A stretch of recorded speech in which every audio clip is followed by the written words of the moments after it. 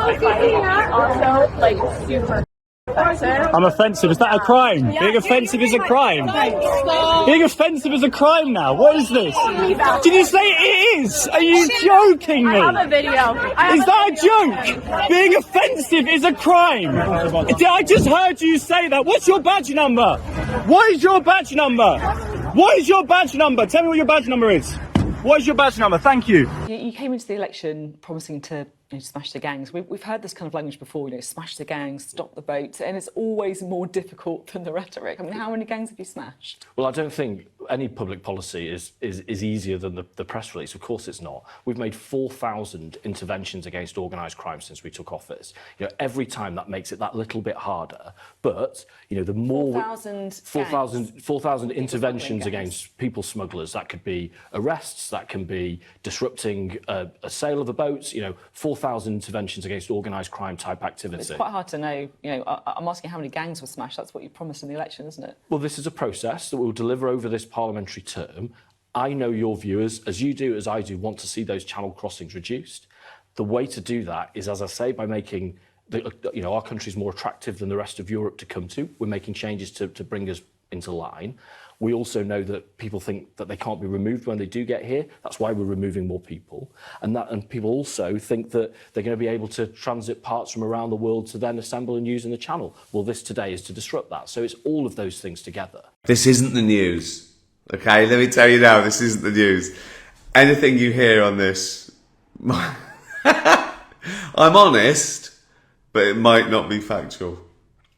I'm honestly stupid. We manage our differences, we take our opportunities, and we constantly think, how does this deliver for people back at home? Kier Starmer's critics like to call him Never Hear Kier. I can tell you it's not a nickname he much likes, but he is off again on his international travels, and today he has arrived here in China.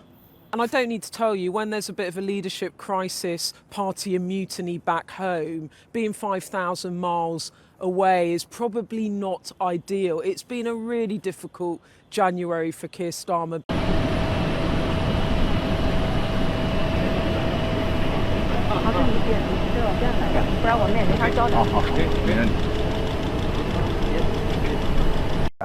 But I think we've got an administration in America who understand China is public enemy number one. In Britain, Kier Starmer seems to be oblivious to that. Right. Although we now hear this morning that he's been selling out British soldiers, he's sold out British Islands. As I say, he is king of capitulation. He is. So, I mean, we'll get to that story in a moment on the front page of the Telegraph, which I think is shocking, that he actually worked for free to prosecute British soldiers from Iraq to try and make them be found guilty of war crimes. But do you fear then that his trip to China on this mission is going to put Britain in an even worse place than it is today? Yes. Yes, and he's not going to get anything out of it. The Chinese are famous for signing deals that they don't deliver on. Right. Look at all the commitments they make at these climate change conferences, and then the next week they've built 10 more coal-fired power stations. Right. You cannot trust a word they say or anything that's written on paper. And he is just having the wool pulled over his eyes. Right. And I think he kind of knows that. I think he's just desperate. Yeah. He's the most unpopular Prime Minister in British history. Things are not getting any better. He is clutching at straws for something that will somehow magically save the British economy, even though he's busy killing the British economy through things like net zero. Right, let's get to the point. Right, so I wasn't going to do this. Then I thought, it's been another miserable day, raining, and I thought everyone's a bit fed up at the moment. Well, maybe they're not. But you sort of get the feeling it's dragging on a bit, isn't it? There's people arguing, not just about this, but politics. That's always going on. But the world's sort of divided, isn't it? It's really is two tribes. There's no nuance anymore. It's you've got to have a team as opposed to deal with every subject individually. People overlook errors and terrible things on their own team and go after errors on the other team, not realising it's hypocritical.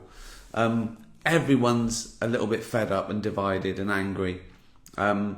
So I thought I'd sort that out because I'm an actor, and what the world needs is actors' opinions about politics and philosophy.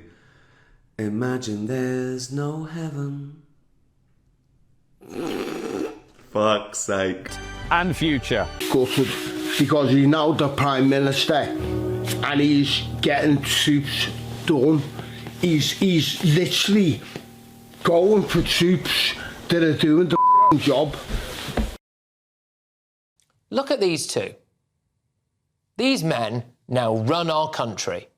What kind of a man works for free on a case that led to investigations of British military heroes? How have they ended up in charge of our great country? The mask has slipped for Sir Kier Starmer over this. He used to want to abolish the royal family. I often used to propose the abolition of the monarchy. The brass neck of this snivelling little human rights lawyer to say this just the other day. I consider President Trump's remarks to be insulting and frankly appalling.